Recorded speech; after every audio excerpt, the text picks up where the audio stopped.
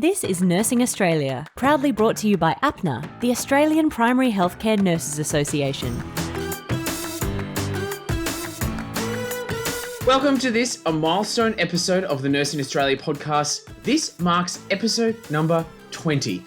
So thank you to all the listeners out there. This one goes out to all the nurses, all those budding nurses, those inspired by nursing, those pondering with healthcare as a career, those tinkering through uni, or those just curious to gain some healthcare insights. Welcome aboard. We thought we would quickly revisit some of the intricate elements that make up primary healthcare. And hello to all of those working across the primary healthcare sector, whether that be general practice, aged care, corrections, cosmetics, hello, Botox nurses, midwifery, community, Aboriginal medical services, school nurses, and all the nurse practitioners out there. The list goes on. I appreciate that's not exhaustive, but hello. Welcome. Let's explore the wonderful, yet sometimes complicated and frustrating world, but enjoyable, of ENs, RNs, and NPs. But for first, a surprise announcement. Nursing Australia Week is a very special event coming in a few short weeks with very special celebrity guests. Please check out the links below. Register so you get all the latest updates for free. So let's kick things off. What is primary care nursing exactly? I chose to work in primary health care because of the opportunity to work outside the four walls of a hospital. Confused about EN or enrolled nurse supervision in your practice? Yep, well, you're not alone. So are a lot of us. So listen up. So within professional practice legislation and regulation standards, we have guidelines for enrolled nurses' standards of practice, and that's where the EN supervision comes in. And lastly, it's time to put the spotlight on NPs or nurse practitioners as we hear Nick's story. It's nice to see that as a clinician, I'm at the upper level of nursing services and I can provide to the patients in our specialist wound centre the level of clinical skill that they need. And remember, if you are listening on Apple or Google Podcasts, please don't forget to tap the subscribe button. And on Spotify, click to follow. And if you are at any interesting point in an episode and you're listening on Spotify, you can share with your mates by pausing at that point and clicking share. But first, let's hear the latest healthcare news with Mitch Wall. As always, very special welcome to Nursing Australia. I'm Matthew St. Ledger and it's episode number 20. Thank you so much for joining us. Australia braces for ICU surge, Avatar technology emerges for melanoma, Pfizer for school-aged children on the horizon, and Nursing Australia Week is coming. This is Nursing Australia News. Hello, I'm Mitch Wall. Australia has been told to brace for a surge in hospitalisations and ICU admissions as the two largest states, Victoria and New South Wales, emerge from their extended lockdowns. While the fears are yet to be realised, health experts warn it's only a matter of time before Australia's hospitalisations reach the breaking point experienced in other highly vaxxed nations. The University of Queensland is piloting a world-first screening technology for melanoma patients. Given Australia boasts the unfortunate world record for melanoma, researchers are promising full-body imaging, which creates a 3D avatar of each patient. The avatars are used to track and monitor skin changes in individuals. Studies have proven that regular skin exams increase the likelihood of early detection, thus curbing mortality. Just as the US and India have approved COVID vaccinations for children, Australia's TGA have indicated a decision on paediatric jabs may arrive by the end of the month. CBS America have reported that their CDC are actively promoting their vaccination approvals for everyone aged 5 years and up. Late today, Pfizer's mini dose of COVID vaccine for kids 5 to 11 years old got a thumbs up from a CDC advisory panel, and the first shots could be given out within hours. And in exciting news, APNA is presenting Nursing Australia Week, which starts on the 22nd of November. It's a week of entertainment, education and energy for all Australian nurses. It's free, and register by clicking the link in the show notes. So what is primary care nursing? Let's revisit that. Put simply, for those in the know, primary healthcare is any medical service that's provided outside the four walls of a hospital. So primary healthcare nurses play a critical role in keeping people healthy, providing proactive care and health promotion to keep Australians well. So let's revisit and meet some of primary healthcare's stars. My name is Julianne Badenoch. My name's Jeff Fuller. My name is Maria Young. And I'm a primary healthcare nurse working in correctional health. I work in primary health care. As a rural nurse. As a registered nurse. I'm an enrolled nurse. As a clinician. As a general practice nurse. As a refugee health nurse. I chose to work in primary health care because of the opportunity to work outside the four walls of a hospital. It's really independent, the clinical work that you get to do is really diverse, and the patients that you get to see are really diverse. The hours are great, there's no shift work.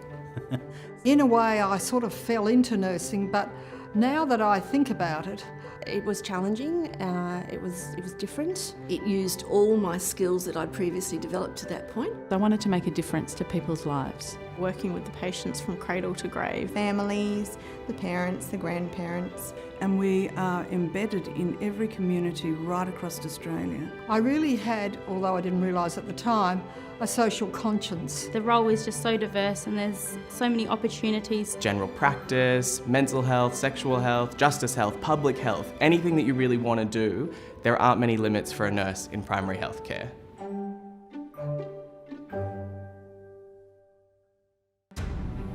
AbbVie Australia are very proud to support the APNA Conference Roadshow, including the Gold Coast, Sydney and Melbourne events. Come and visit us at our stand to hear about how AbbVie are working with nurses across Australia to help support their efforts to eliminate chronic hepatitis C. Additionally, we would love to share video content from our recent Hep C-focused Nurse Summit, where local Australian nurses showcase their nurse-led models of care in the communities where they work to eliminate Hep C. We look forward to welcoming you at our AbbVie stand. Nurses can find some AbbVie links in the show notes of this episode. Confused about enrolled nurse supervision, scope of practice in your clinic, your practice area? So are a lot of people.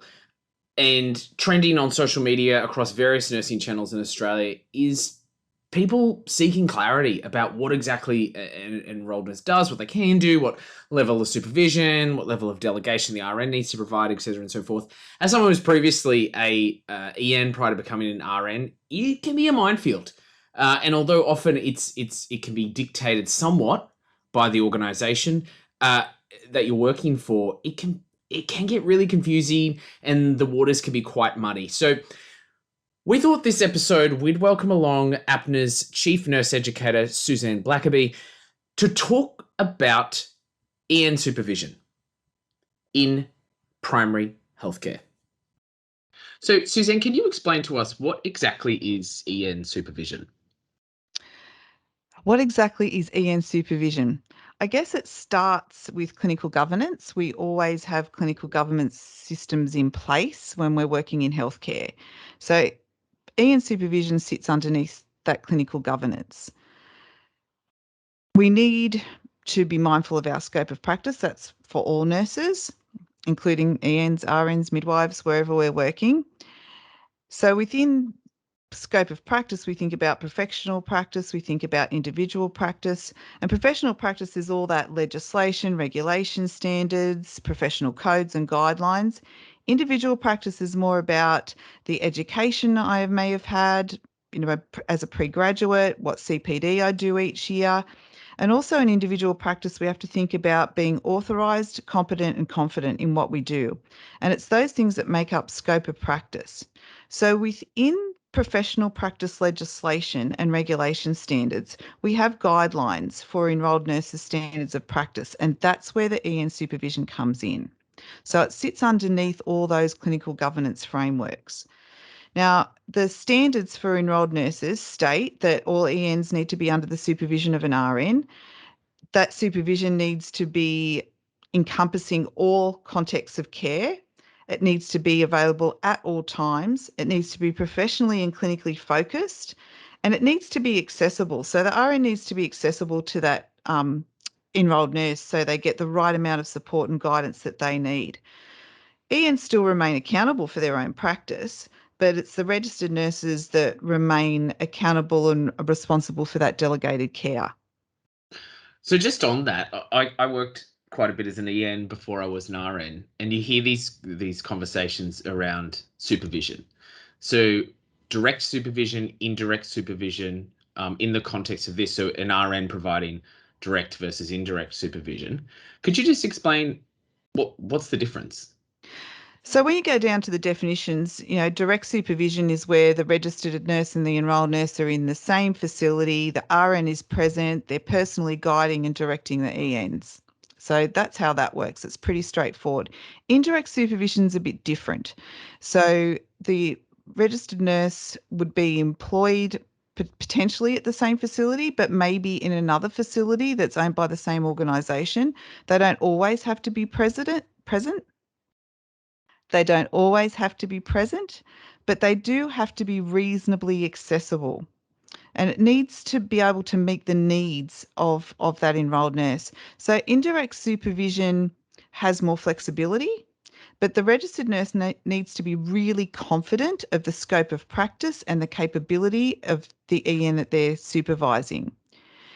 Indirect supervision still needs to have some sort of relationship building between the enrolled nurse and the registered nurse.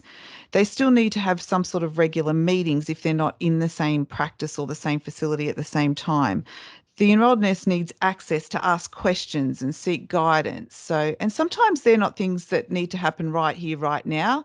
I know a lot of RNs that do indirect supervision across a couple of facilities owned by the same organisation, and they have regular meetings to catch up and talk through clinical decisions or talk through some professional practice questions. And that's completely fine as long as that RN is still accessible if the EN does need them on the spot to answer a question. So that might be by phone or email or something.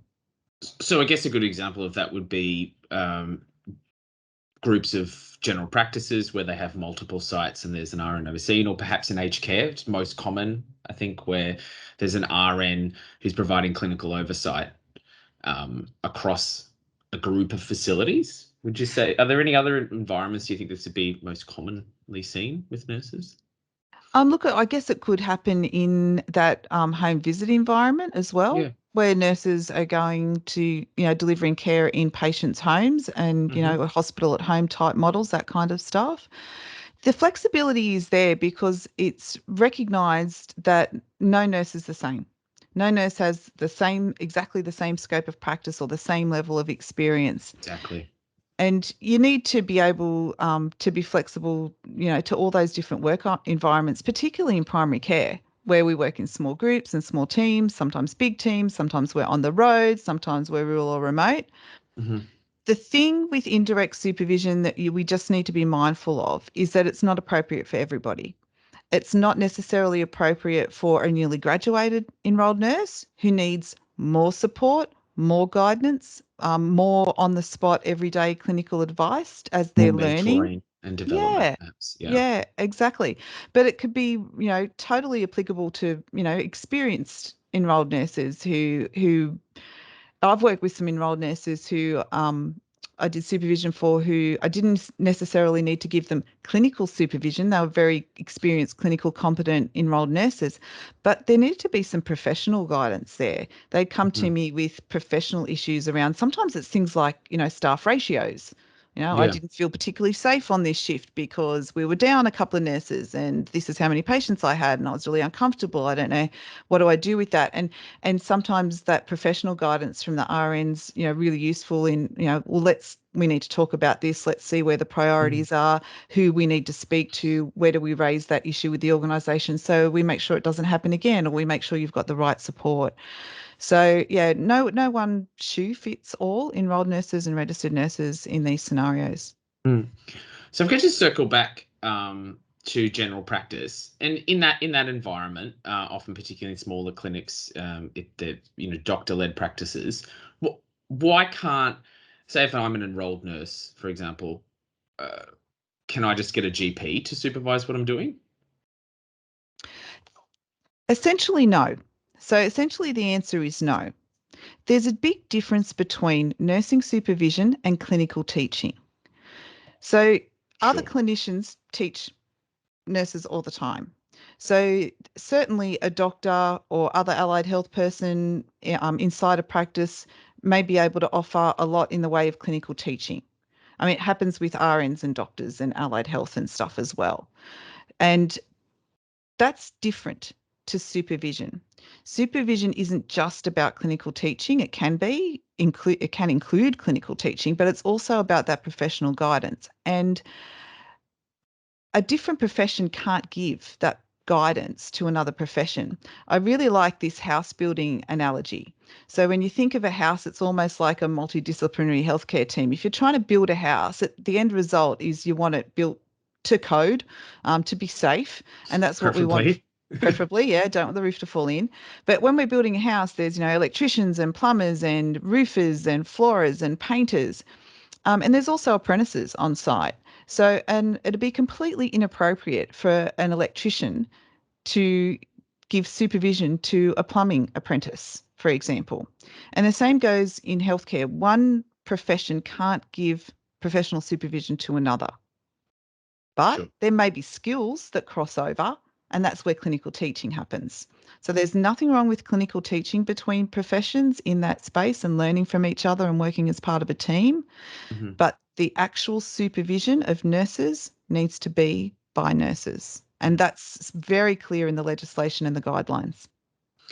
And I guess just lastly, when it comes to sort of staff rostering or planning of resources in a clinic, how do we best replace RNs for leave, when staff are down, sick calls, etc., and so forth? Is it RN for RN, like for like? Is that? Well, there needs to be an alternative, yes. Yeah. So it can be tricky. And when you have small teams and only a couple of nurses in a practice, when a supervising RN takes mat leave or annual leave, what happens to the enrolled nurses that nurse is supervising? And it is tricky, and it's a challenge for practice managers, I'm sure. And we see conversations about this in some of the nurse chats and online communities and that kind of stuff all the time. An alternative needs to be put in place. So there needs to still be registered nurse supervision for that enrolled nurse while they're working. Mm-hmm. So, and that can be sometimes for a short period of time, maybe that enrolled nurse has been having direct supervision inside the practice, but when that RN's on leave, indirect supervision is put in place. So a registered nurse working within the organisation. I know in general practice, we have a lot of part-time staff and casual staff as well. So sometimes there might be direct supervision when the enrolled nurse and EN's on the same shift in the clinic or the treatment room, but there might be days where the EN is the only nurse on site, but the RN is still providing supervision. They're accessible. The EN can pick up the phone and make a call if they need to. So it's tricky and it's a challenge. There's, again, no one shoe fits all, but an alternative does need to be put in place. You can't operate with no clinical supervision by an RN. Fair. And last but not least, resources. Where do I go? Nursing Australian listeners out there, where can they go to find out more? If they're seeking clarity about EN roles, RN roles, etc., where can you direct people? So my top three are the Australian Commission on Safety and Quality in Healthcare. They have some really good resources around this stuff. The other excellent source is the Nursing and Midwifery Board of Australia. Their decision-making frameworks are really good for this stuff around scope of practice and supervision. They also hold the standards of practice for enrolled nurses. So you can access the whole standard on the Nursing and Midwifery Board Australia website, and you can also grab a fact sheet.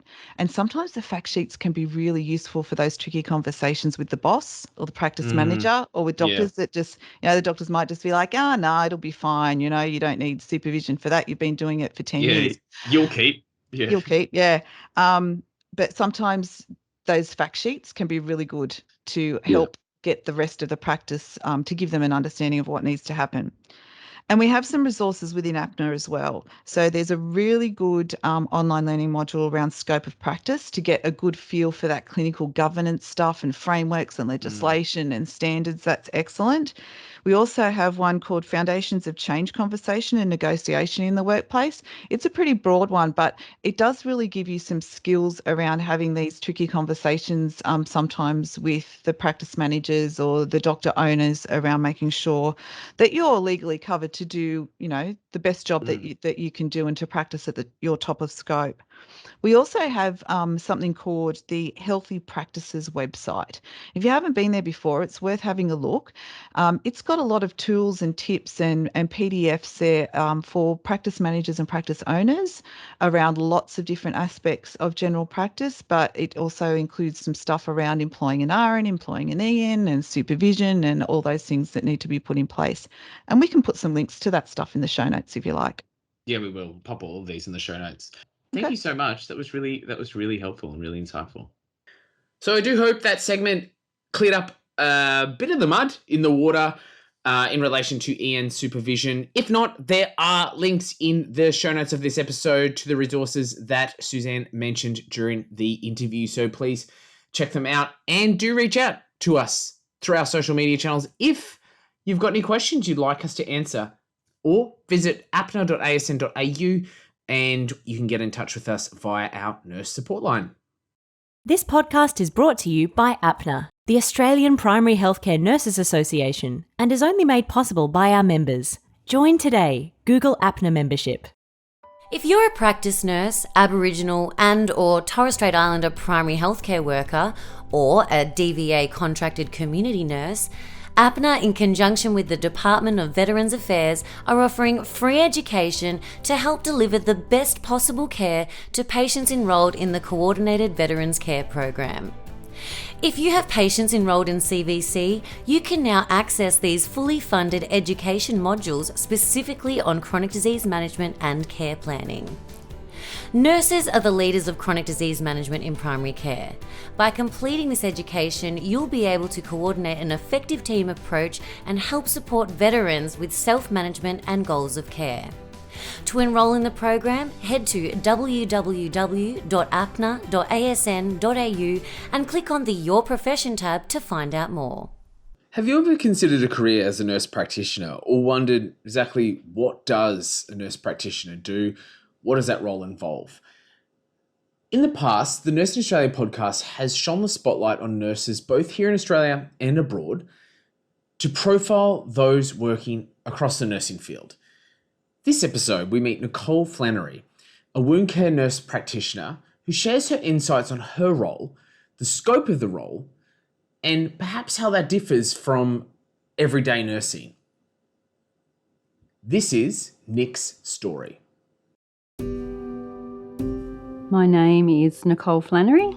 I've been nursing since I left undergraduate studies straight after high school, year 12, moving into the acute setting of a large teaching hospital, which was an enjoyable experience. But I can tell you the last 12 months has been a journey. It's been different moving from the aged care services of the aged care response team on the Central Coast through to a new wound team with another nurse practitioner and clinical nurse consultant in wound management. We formed the wound management team. So the COVID impacted, I suppose, all of our working, and we've seen a move through to non-essential direct care, so face-to-face services, providing the telehealth component and that indirect review. Non-essential travel and waste of resources, I suppose, has been quite enlightening to see that we can make changes, and our rural and remote other healthcare providers have already been doing this for a long time, and now we actually do it a little bit better as well. Working as a nurse practitioner in wound management as our specialty is quite has a different approach for our clinician services, where we provide mentoring, education. We encourage and grow other clinicians to work within their scope.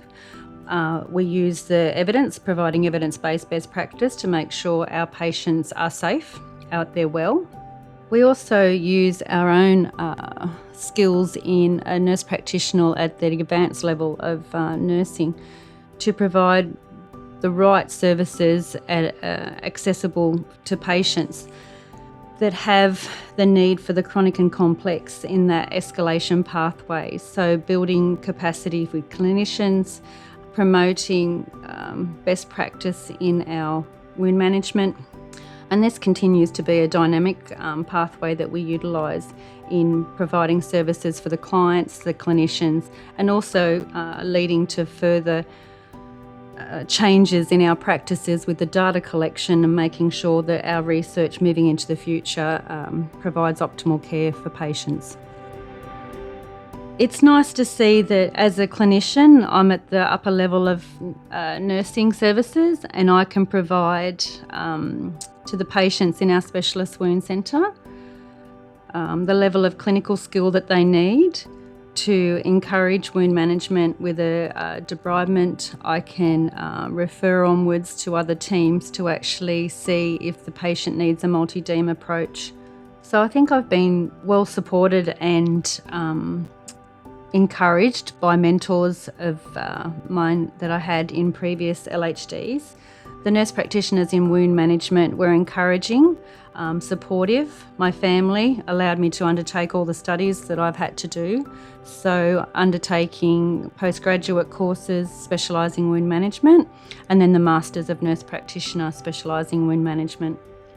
So that level of study has then been complemented by the clinical skills of a nurse practitioner who can assess a patient, their wound and the environment to apply the best and optimal services that the client needs to encourage wound healing and ensure that that patient's journey throughout our services has been provided to optimise healing. So as a nurse practitioner, there has been advanced clinical skills obtained throughout the journey. There has been the ability to now provide scripts for a client who is in need of oral antibiotics, that is in accordance with the antimicrobial stewardship and our scopes. We can actually help support the patient with the more interactive and expensive dressing supplies that are recommended, understanding the utilisation of these for the health economics and also the benefits for the patient with the wound. We undertake a comprehensive and holistic assessment to actually utilise any other equipment and devices that are required. Our diagnostics and our testing of the patient can involve ankle brachial pressures or toe pressures to actually help determine the client's level of arterial insufficiency that then may need some compression therapy, which we can commence as a nurse practitioner prescribing those adjunctive therapies as well. I have the clinical skills to holistically and comprehensively assess the patient. I have the devices and equipment to undertake studies such as ankle brachial pressures or toe pressures. I've then got the ability to be able to prescribe compression therapy systems or referring on to a vascular surgeon for more formal studies to actually eliminate any arterial insufficiencies.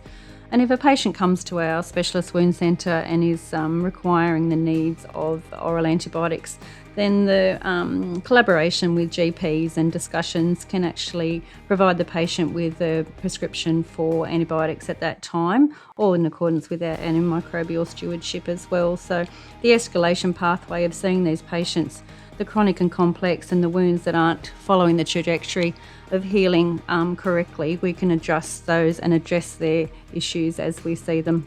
So for others just thinking of undertaking further studies and possibly masters for nurse practitioner, I'd probably tell and give advice around making sure that your support is there from a clinical point of view, from other specialties within your realm of clinical skills. The health district, the employer, the organisation is willing to support. Making sure that your family is supportive or your next of kin or significant others are willing to support, because it is a significant journey for them as well. All the effort is well worth it in the end, because in the end you can make a difference to the patient's journey, and we are there as nurse practitioners to provide that extra conduit between the medical teams and the client and their carers and the clinicians. So there's a whole range of people that are affected, and their journeys are improved by having a nurse practitioner involved in their care. Now, if listening to Nick's story has spurred your interest in becoming a nurse practitioner, a really handy resource is the Australian College of Nurse Practitioners. They are found at www.acnp.org.au, or just simply Google becoming a nurse practitioner in Australia. There are plenty of handy resources out there and some really exciting courses and funding models available. So get on board. Nursing Australia, the podcast for Australian nurses working together towards a healthier Australia. Thank you for joining us on episode 20 of the Nursing Australia podcast. Remember, if you are listening to Nursing Australia right now on Apple or Google Podcasts, please don't forget to tap the subscribe button. And on Spotify, click to follow. And for Spotify listeners out there, if there's a special spot in the episode that you want to share with your mates, tap the share button from the now playing menu in either the iOS or the Android app of Spotify. Toggle share from to share the episode, starting at that selected timestamp. Copy the link and text it to your mates. Thank you so much for joining us once again, as I mentioned, and coming up very, very soon, Nursing Australia Week. And it will play host to a very special celebrity guest. I'm Matt St. Ledger. Thanks for listening. Nursing Australia, the podcast for Australian nurses working together towards a healthier Australia. For more information, please visit us at www.apna.asn.au.